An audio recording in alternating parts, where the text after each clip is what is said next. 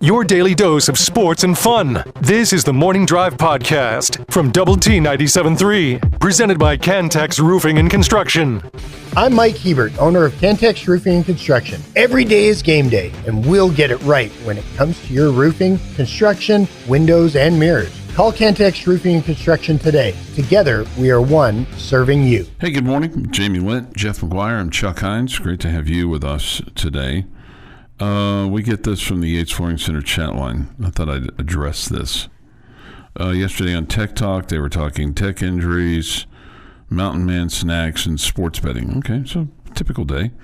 It was interesting because they said that Rob Bro was the biggest sports bettor, and the listening audience thinks that I'm the biggest gambler. Who is it really? Well, I've never placed a bet on the NFL nor Major League Baseball. I think 30 plus years ago, I was with a couple guys and we placed a couple bets on college football. So it ain't me. I don't have anything against it. I do plenty of other things to waste money. It's just not my thing. And we really don't talk about compared to everybody else, you and I don't really, if you put a gun to our head, it'd be hard for us to probably give very many lines on any games. Yeah, no, it's really not kind of what we do. No, I mean, I like looking to see what how much the Red Raiders are favored by or whatever, or how much they're the underdog or whatever. But yeah, I'm not better. So don't have a problem with people that do it. Right, I'm the same way. Yeah, it's. Like I said, it's just it's not my thing. But I'm curious. I'm fascinated sometimes about bets that go awry or bad beats or things like that. But I don't seek them out if they come across my trail. Yeah, and those aren't that. I mean, those aren't that entertaining to me. Just because if those people have the money to spend it, then it's not like a life changer for them. No. Yeah. Speaking of Las Vegas, I saw this last night, courtesy of our colleague David Collier. I was watching his sports show last night on KMAC, and I didn't know this, but Texas Tech is going to play a game in Las Vegas, Jamie, in 2030. And he had confirmed that with somebody over at the university. The 2030 game against Arkansas will now be played at Allegiant Stadium in Las Vegas on August the 31st. Previously, those two programs, had a home-and-home scheduled. So we'll still play in Fayetteville in 2031, and now you'll have to wait until 2034 for Arkansas to come to Lubbock for a single game. So you give up the Arkansas Razorbacks coming to Lubbock in 2030. They'll go to Vegas. Apparently, we'll still have 7 home games. So I guess it's one of those years where you have 6 or 5 Big 12 games, and you'll have 2 non-conference games that you'll play in Lubbock. Okay. So put that on my 2030 calendar. Right? I know. It's way too far away to worry about it. But I bet a lot of Red Raider fans will enjoy that, going to Vegas and watching their team play. Yeah, the signal that sends to me is we're going to get another Kent State and Arkansas Pine Bluff kind of games. I'm sure you're right. Sure you're right. So that's the only bummer, but and it will be a marquee. But at least game. It'll be a decent matchup in non-conference play. Yeah, right. And which then you do not really have this. And you'll go there in 2031, and they'll come here in 2034. So it's not a total give, and you'll still have 7 home games in Lubbock in 2030. But man, that's a long ways away.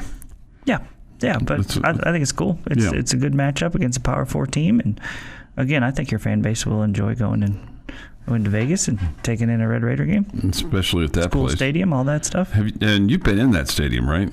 You've yes. not seen a game there, but you've been in that stadium. That's where Big 12 media days were. Right. I didn't know how much of the stadium you got to see or anything. I think we were sitting at the 20-yard line. Oh, okay. All right. So You got to see all of it. You got to see all of it. Did they have the Al Davis flame going when you were there? The flame was not going. The flame was not going. No flaming. No flaming. Somebody says that game will never happen in Arkansas in 2030 or 31 or 34.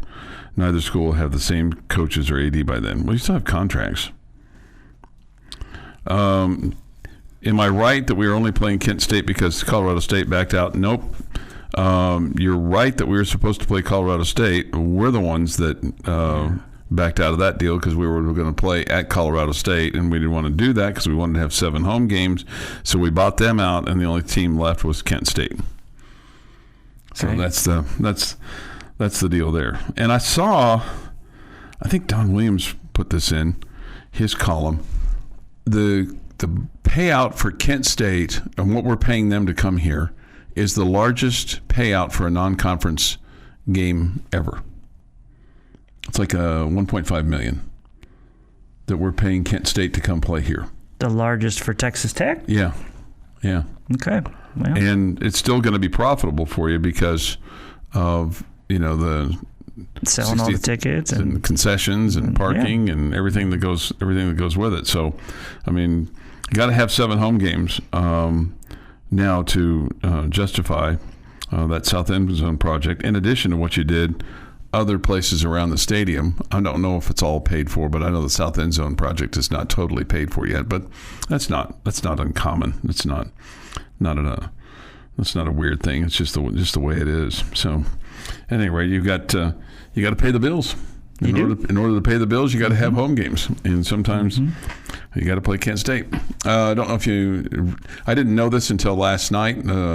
Something else I learned just watching the old TV last night, and then we have commercial running for it as well. But it's a whiteout on Saturday, so you're encouraged to wear white.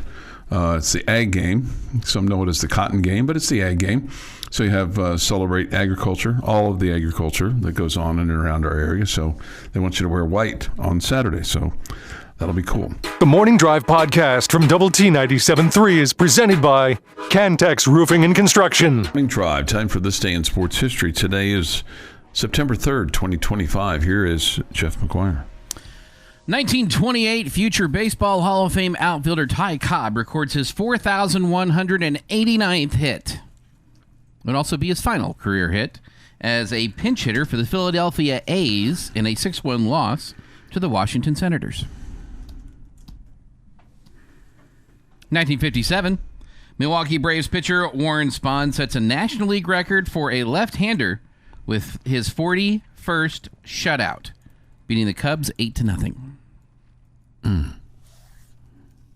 1972, Atlanta Braves slugger Hank Aaron earns his 6,135th total base to break Stan Musial's Major League Baseball record in an 8-0 home loss to the Philadelphia Phillies. 1990, Chicago White Sox closer Bobby Thigpen tops Dave Righetti's Major League Baseball record with his 47th save in the Cubs in the White Sox 4-2 win over against the Royals. Thigpen finishes the season with 57. I always enjoyed Bobby Thigpen's name. It's a fun one. Yeah. And in 2022, coming off the bench, Donovan Smith threw 4 touchdown passes. Taj Brooks ran for 3 scores, and Texas Tech blew out lower division Murray State 63-10 in Coach Joey McGuire's debut. Wow. It is National Welsh Rarebit Day. Welsh Rabbit Day? Rarebit. Rarebit. Rarebit. Oh, okay. Which is? I'm glad you asked. Welsh rarebit is a classic British dish of toasted bread topped with a rich, savory, and creamy cheese sauce. The sauce, which is the key distinction from simple cheese on toast, typically features ingredients like ale or beer, mustard, and Worcestershire sauce. Chuck can have mine. Yeah, I don't care for it's cheese and bread. Yeah, but it's got some sort of mustard sauce in it. Well, that's true. You might not like the mustard sauce, but I would. It's cheese and bread. I'd try it. Happy birthday, Charlie I'll Sheen. stick with my milk toast. Happy birthday, Charlie Sheen, who's 60. Sean White, 39. Jenny Finch is 45. And Mason Crosby is 41. And I almost always want to say Mason Crosby, PhD, because of Short Circuit. Because it's Newton Crosby, PhD. Like every time they say his name. And it just like flows naturally with me. And I'm a dork. I don't hide from that fact. On this day, Sir Alexander Fleming was a young bacteriologist when he with an accidental discovery led to one of the greatest developments of modern medicine on September 3rd, 1928. Having left a plate of Staphylococcus, no way I got that right, but it didn't matter, bacteria uncovered, Fleming noticed that a mold had fallen on the culture that killed many of the bacteria. He identified the mold as Penicillium nosum, similar to the kind found on bread. Fleming introduced his mold byproduct called penicillin to cure bacterial infections in 1929. And that, this day in sports history. This day in sports history. Okay, so I just did some real quick research here. Do you want to take a wild guess in Major League Baseball right now, active leaders with shutouts, either hand, right or left? Who do you think it is, and how many do you think he has? Nathan Eovaldi, 2. No. It's funny. Max Scherzer, 12. Max Scherzer has 5. There's only one Major League pitcher right now with double digits in terms of shutouts. And he is a left-hander. It's Clayton Kershaw with 15. How crazy is that? Pitchers don't pitch in the ninth inning anymore. Offenses have gotten better.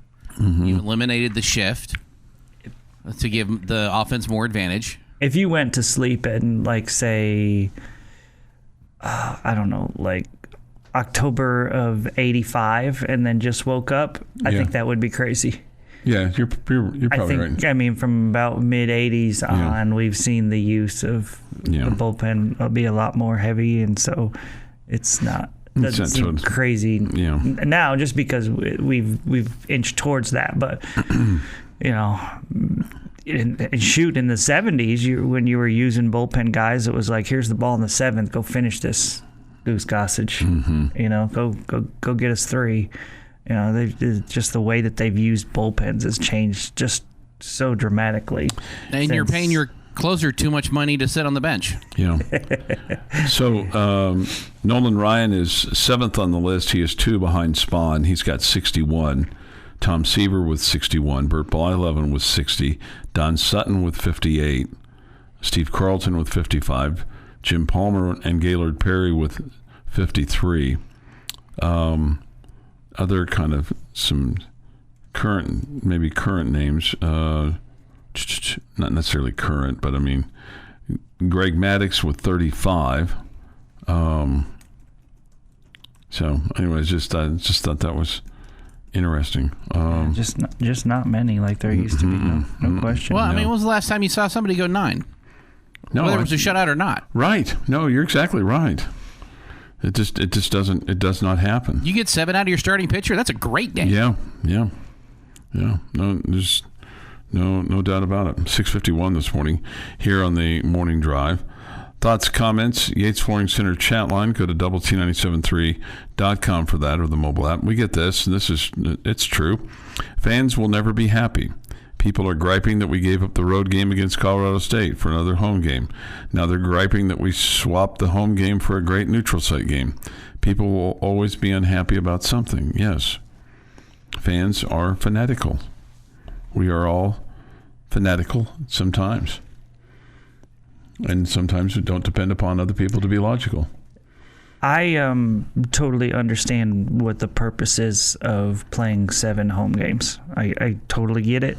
and understand completely. So I am not being critical of doing that. Mm-hmm. Me personally, with this year's schedule, I would have preferred a road or neutral site game over one of these 3 home games if it was going to be against a better opponent where we didn't know the outcome before we went into the game. I think we're just in this quirky little time right now where you played an FCS team followed by the worst team in FBS, mm-hmm. and it's not. It's great to see the Red Raiders look good and be really good and win easily and all that. We all love seeing that.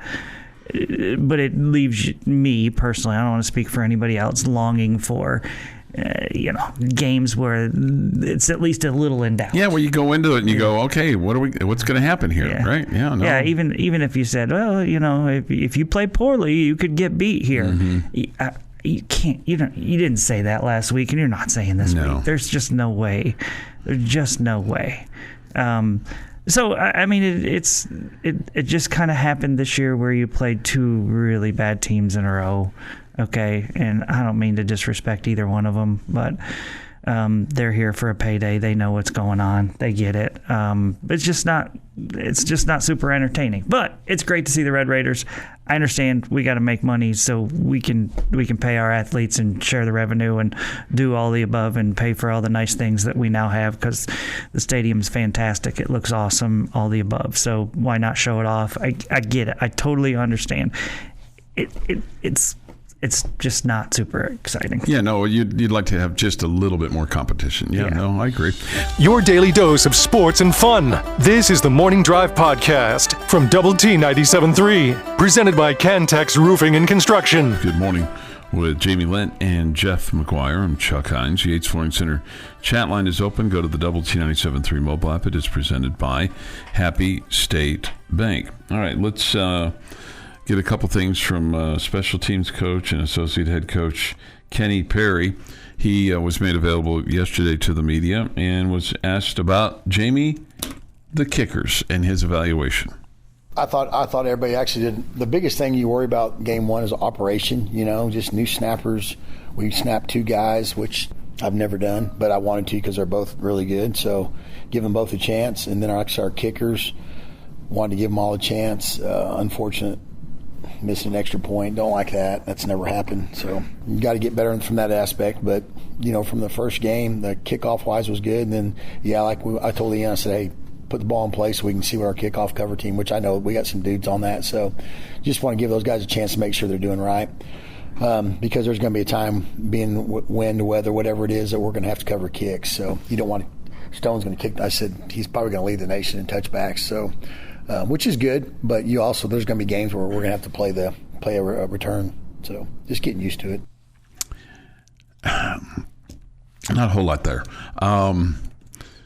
Never.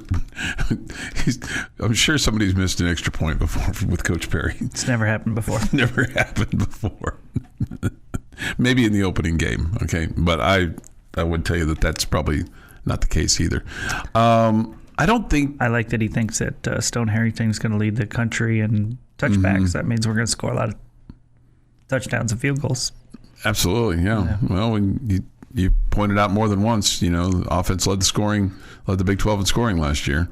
So, might as well lead the nation in touchbacks, right? Mm-hmm. I don't think... Because I was there Monday, I wasn't there yesterday. Well, the coaches have been asked about the kickers. I don't think any, and maybe it's just the assumption is we were told, hey, we're going to know by game 3. Nobody's been asked who the number 1 kicker. I don't believe they've been asked who the number 1 kicker is yet. Okay. So I was there Monday, and I don't maybe feel I didn't ask that question. Maybe that's the feel like you have to. I mean, Saturday they told you who the number 1 kicker was. Because they rolled out Stone Harrington first? Yeah. Yeah.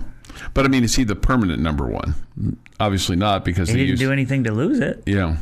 Yeah, he hit a field goal and up to Belfont. And he didn't miss an extra point. And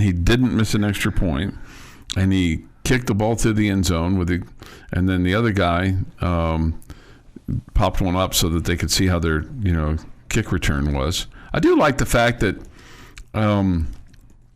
in that Arkansas Pine Bluff game, and I'm going to assume we're going to see some of this in the Kent State game too on Saturday when you get to a point where the game is not in doubt. And I realize that most people are going to say, Chuck, when they kick the game off, the game's not in doubt. But where they experiment a little bit, like running their offense and doing things with their special teams so they can kind of see what they've got and kind of see some live game action, which is different than scrimmages or practices or things like that. So I think that's smart to do that. Okay. Here's Coach Kenny Perry on the process of the returns with regard to the ones that were called back from penalties on holding. The one with Micah, it should have been a touchdown. Obviously, I don't know, JC, whatever, they said it was he held the guy. They called it, so it was a penalty. But the issue there was Roy should have, he looks backside. Now Micah's on the kicker. He just didn't.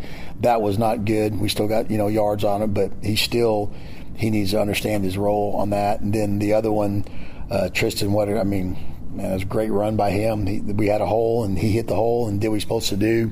So, like I said, I think you guys watched this in the past. Kickoff return has been one of our things we've been good at, so I don't see that going away. But, they're clearly frustrated with the holding calls and the position of where they were. Yeah, understandably so, but you were close to breaking 2 of those, so that's exciting to think that you'll have the opportunity to do that this year if you keep blocking like that. Keep blocking like that, and then you got the guys like, Micah Hudson back there too with his speed. Mm-hmm. You're probably going to see one bust.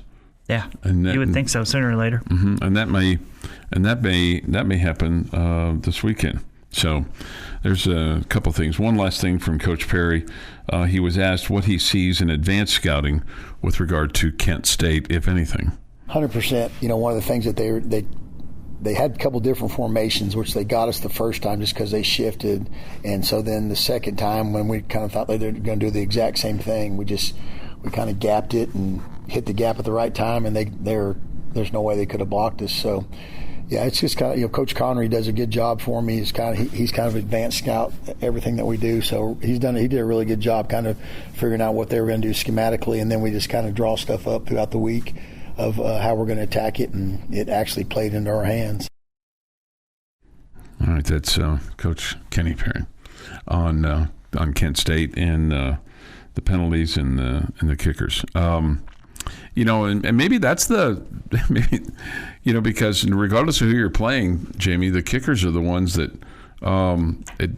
you're really not affected by that unless you're unable to handle the rush and you get a ball kicked or you kick it low and kick it into somebody.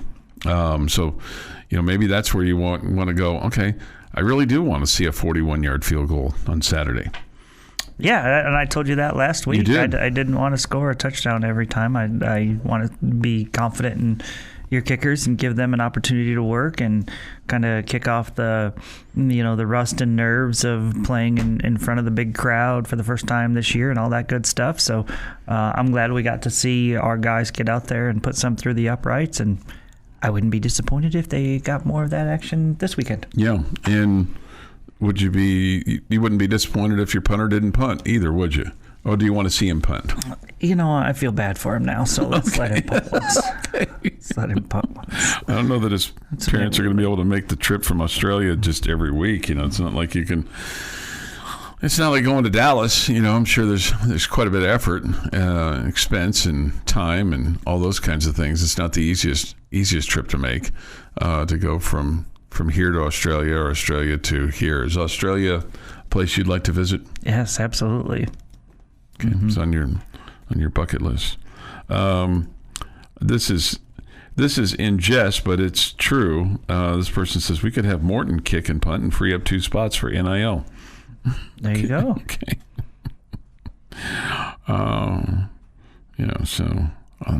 Bobby Hot Dog said he's seen a report that Coach McGuire said there was a 100% chance that Baron Morton would play. I have not seen that report. I have not heard that. I've not seen anything 100% on Baron. But, they made it clear that if he felt like he could play and he was able to move around and all those kinds of things, that he would play. So I heard, and I really, I'm not going to say he's wrong because he's close to it, but I heard Choice say yesterday that if it had been a Big 12 game or a game that was in doubt, that Barron would have gone back in. I would have thought the same thing. I would have guessed the same thing. Really? Because you saw him on the sideline. And I didn't see him on the sideline. He was moving around. He looked fine. I know he wasn't cutting and juking and jiving or anything, but yeah, and he stayed in after that. I know he stayed in a couple plays, but he clearly wasn't moving very good, and that's. I can't say that. I'll let you say that. Clearly, he wasn't moving good. It didn't seem like that. I didn't see him not moving good. I'm talking about when he was on those two plays. I didn't feel like he was moving good. What did he do? Hand the ball off? He did hand the ball off, but it just felt like it. He wasn't. It felt like that. He was obviously there's some pain there with the way his knee was and leg was contorted. Yeah, if they saw him not moving well and thinking he's in a bad spot right now, they would have taken him out then, not waited till the end of the drive. Yeah. This is the Morning Drive Podcast from Double T 97.3, presented by Cantex Roofing and Construction. Jamie's question of the day on Double T 97.3 is brought to you by Connecticut of West Texas. All right, a very wide open question for you today. Biggest surprise in the Big 12 so far this season is? The biggest surprise so far. I think I'm surprised at, in a way, of just kind of how poorly Kansas State has played. They lost and I didn't think played very well in Dublin. And maybe that was field conditions. Maybe that was week one. Maybe that was your opponent. Followed that up with a near loss to North Dakota. It's not totally uncommon for them to get off to a slow start and then rally and play really, really well. It just doesn't seem like they have the firepower that maybe you thought they were going to have. Now they could turn it all around here real quick. And we might have a different conversation in 3 or 4 weeks. But I think that's a surprise for me on one end. And then on the other end, it's Utah and their big turnaround and how well they played in their opening week win. And we may say, well, UCLA is not that good a team, and they kind of beat up on somebody that they should have beaten up on. So that's the two spectrums for me. Arizona State being on the cusp of being a top 10 team after week one. They've got 2 wins. Don't get me wrong. One's a Big 12 win against a Kansas State team that I personally have a lot of respect for. Yeah, that's a little surprising that Iowa State's that close to a top 10 team at the beginning of the year. Okay. There's really, I'm going to a tie for 2 with me. The ease of victory of Arizona over Hawaii and TCU over North Carolina. Okay. Those were both big surprises. I thought both could win those games. I was a little bit nervous for both, and both just pounded those opponents. Man, if Arizona did that to Hawaii and Hawaii beat Stanford, how bad must Stanford be? Goodness. BYU may score 80 on them this weekend. Yeah, but I didn't have a high expectations at all for Arizona this year, and I thought that was impressive. 40-6. They didn't just beat Hawaii, but they punished them. And TCU just went into Chapel Hill and just blew them out. Mm-hmm. Yeah, so I thought TCU would be in that mix of, top 5, 6, 7 or whatever. So maybe they've made a statement that they're going to be better than that. I'm really anxious to see what Baylor does this weekend, if there's a bounce back there, because I was surprised to see them struggle the way they did on Friday night. That defense looked horrible. Yeah, and they'll go in and play number 17 SMU at the Ponies Place Saturday morning at 11 o'clock. So, yeah, SMU's got, I think, TCU next weekend. And so back-to-back weekends against Big 12 foes that I feel like are big games for the Big 12. Mm-hmm. It wouldn't surprise me if SMU won this week and lost next week, but they really get up for TCU. I mean, they're, with their former coach and everything like that. So, sure. They and maybe TCU's got a team that's going to go, okay, little brother, you stay over there in Highland Park. You'll be just fine. But little brother's kind of risen up and smacked him in the mouth. And it's not gone so well. We get this from the Yates Flooring Center chat line. TCU's quarterback looks good. He does. He does. He has in the past, so that's not a shock to me. Yeah. Somebody else said this TCU's easy win against North Carolina. Agreeing with you. Yeah, that's well said. I mean, they did. They made. Of course, it'll be interesting to see how North Carolina bounces back too. Yeah, just like what you're talking about with Utah. I mean, is North Carolina terrible? Is UCLA terrible? I don't know. I'm not sure, and they might be, and so those wins may not be nearly as impressive as we think they are. Mm-hmm. Just don't know. You gotta wait and see what plays out here the rest of the way. I'm going back to Kansas State.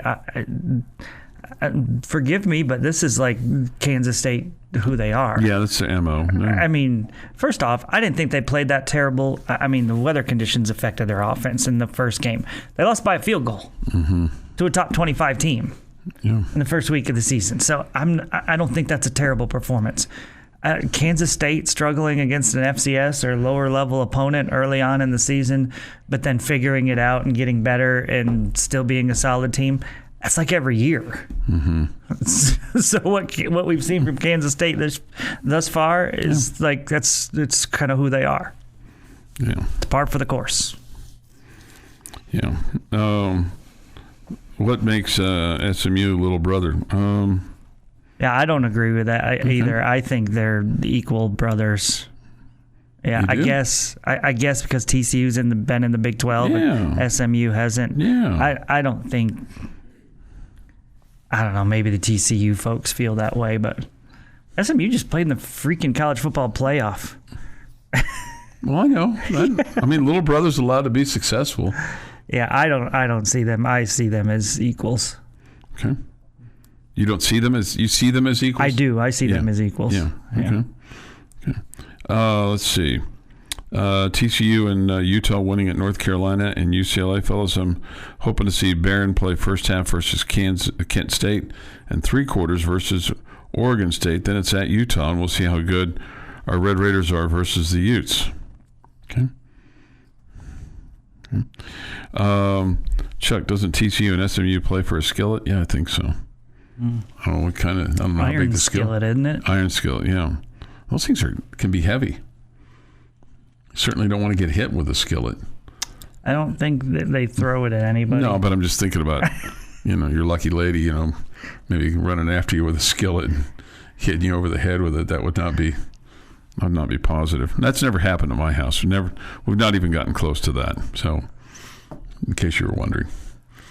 Put that down. We keep the skillets away from. The Morning Drive podcast from Double T 97.3 is presented by Cantex Roofing and Construction. Jamie Lent and Jeff McGuire. I'm Chuck Heinz. We come to you from the First United Bank studio. So nice to have you with us today as we talk sports and Red Raiders and all that kind of stuff. We come to you from the First United Bank studio. Thoughts, comments, Yates Flooring Center chat line. Go to doublet973.com for that of the mobile app. Visual Edge IT hotline is open too at 806-771-0973. So the lineup today, an hour from now, we'll have the end of the bench, and that'll be on 100.7 The Score. Dan Patrick here on Double T 97.3. High noon, it's the bottom line with Choice and Jamie and others. From noon until 3 on 100.7 The Score. And then we'll have Ranger Baseball today at 2 o'clock. So probably no Tech Talk today. The Rangers finishing up their series with the Arizona Diamondbacks. They're off tomorrow, and then they open up a critical series with the Houston Astros. Can't lose 2 or 3. Well, I guess you could, but it'd be great to sweep them. Be great to win today and have the Astros lose to the Yankees today and tomorrow, and see where that puts you. And Seattle as well, because Seattle's ahead of the Rangers in the wild card race, and that kind of is where it seems like it's headed more than anything else. We'll have the Astros after the high school fan zone with coaches from Lubbock High, Friendship High, and Lubbock Cooper High School, all getting ready for week 2 of the high school football season, which seems like it goes by faster and faster every year, Jamie. Yeah. Especially probably for those senior parents. Mm-hmm. Yeah. That goes by really fast. Yeah. If you're like, if your kid's in, 9th grade today, he'll be a senior in college tomorrow, it seems like. Dang. I know, it just goes by really fast. I mean, I don't have to tell you that. You're experiencing that right now. You kind of feel like, I was talking to your oldest daughter Saturday at Optimum Game Day Live. I said, it kind of feels like you guys were just little girls, and here we are, mature and in college. Right, Nothing teenage girls enjoy more than being called little girls. I didn't call him that. But I'm just saying. But well, she is only like 5'4". So, but still, I mean, they're young women, and you've done a great job raising them, and that they're off and running, and so that's good. Despite me, all the credit goes to their mother. I think they would say, "Who raised who? We raised him." What are you talking about? There's some truth to that. We raised him. So I mean, Winfield really gets all the credit. So the Mariners on Friday start a series with the Atlanta Braves. So that's what they're up to. Let's see. I think they're still playing the Angels. Is that right? Or Tampa? They're playing Tampa. Yes, that is correct. They're playing Tampa. They played the Rays last. Yeah, so they got Tampa again tonight, and then nothing tomorrow for the Mariners. They move on and take on the Atlanta Braves. So then those games will be in Atlanta. So at any rate, that's the story there. That gets you kind of up to speed on what we have going on today, as far as sports is concerned. So we'll also have Cowboys Crosstalk tonight at 7 o'clock. So it'll be getting you ready for tomorrow with the Cowboys and the Eagles playing in Philly. I know this is easy for me to say, but I think that you guys know me well enough to know that since I was probably 7 years old, I've been an NFL guy. That Sunday afternoons are pretty sacred. Heard that rumor? Pretty sacred. So when I tell you that I'm excited about the NFL season, that's like Joey McGuire saying he's excited that he's excited about brushing his teeth in the morning. So yes. Right. Not that there's anything wrong with brushing your teeth. That's the level of excitement that Joey has for everything. I would suggest doing it. Yeah, right. No, especially if you drink coffee. Yeah, right. Probably get after rid of the smell, because Jamie doesn't like the smell of coffee. After the case of that, yeah, after the coffee. But anyway, I'm excited for the NFL season to get underway. And I don't know how to feel. There's times I feel good about this lull between the end of the preseason, so that the college football season can get kicked off, and then there's like, okay, well, I'm kind of into the college now, but now we've got the NFL going, we've got the high school going. It's all kind of converging, and I'll be overdosing Sunday afternoon on the NFL. The Cowboys play tonight, the Chiefs play tomorrow, and there'll be plenty of games on Sunday for me to digest. Cowboys play tomorrow, Chiefs play Friday. Yeah. You just said tonight and tomorrow. Oh, Cowboys play tomorrow, Chiefs play Friday. Yeah, I got ahead of myself. Sorry. Today's still Wednesday. Yes, I'm giddy. I'm all ready to go. Cowboys and the Eagles tomorrow from Philly. What do you? I've read some headlines about the Eagles aren't really worried about raising their Super Bowl banner. They're focused on repeating. They've got a really, really good team. They've got as good a chance as any to go back to back. This feels like one of those Cowboys, Redskins / Commanders games that everything points to one team being so much better and winning the game, and the other team wins. Yeah, right. So that gives you some hope for the Cowboys. Yeah, no, and it'll be interesting with a new coach, and the Cowboys. You've kind of forgotten about the fact that the Cowboys have a new coach. Yeah. It's just kind of, do they have a new coach? It's like there's been so many other things to talk about. I know, right? And none of it was football. And, on the field football, right? It was all drama. And now the question is, can the Cowboys keep Dak Prescott healthy? And that's critical to their success because the backup, he don't look ready for prime time by any stretch. And well, third string. Your third string guy doesn't look ready for prime time. He's not your backup. He's your third string. Will Greer. He's your backup. Right. Yeah. Will Greer will look like a backup quarterback. I have no issue with Will Greer being the backup quarterback for the Cowboys. That's not who we saw in the preseason much. They were working on... Well, I thought they cut Greer. Did they cut Greer? Yeah, they did cut him, but I think they were... That's for signing him back on the practice squad. Yes. Yeah. So that doesn't mean he's a second string then. Isn't Milton the second string guy? Yeah. And that's the guy you're not sold on. Not at all. No. Yeah. No. I mean, he's got a cannon for an arm, but... With regards to Thursday night's game, if the Cowboys score 13 points in this game, that will equal the total of the 2 games that they played against the Eagles last season. 34-6, 41-7. Are you thinking there's more of that tomorrow? Yes. Okay. All right. I think it's going to be a little closer than that. I think the Cowboys are going to surprise some people. I think they're going to win 10 games this year. I don't know if that's going to be enough to get them into a wild card. Again, we drug test here, Chuck. Yeah. Somebody said this. It's going to be fun to listen to Brad Sham on this station called the Cowboys this season. Absolutely. It's always fun listening to Brad Sham. He is among the best, if not. This has been the Morning Drive Podcast, presented by Cantex Roofing and Construction. Check out our library of Double T 97.3 podcasts at doublet97.3.com.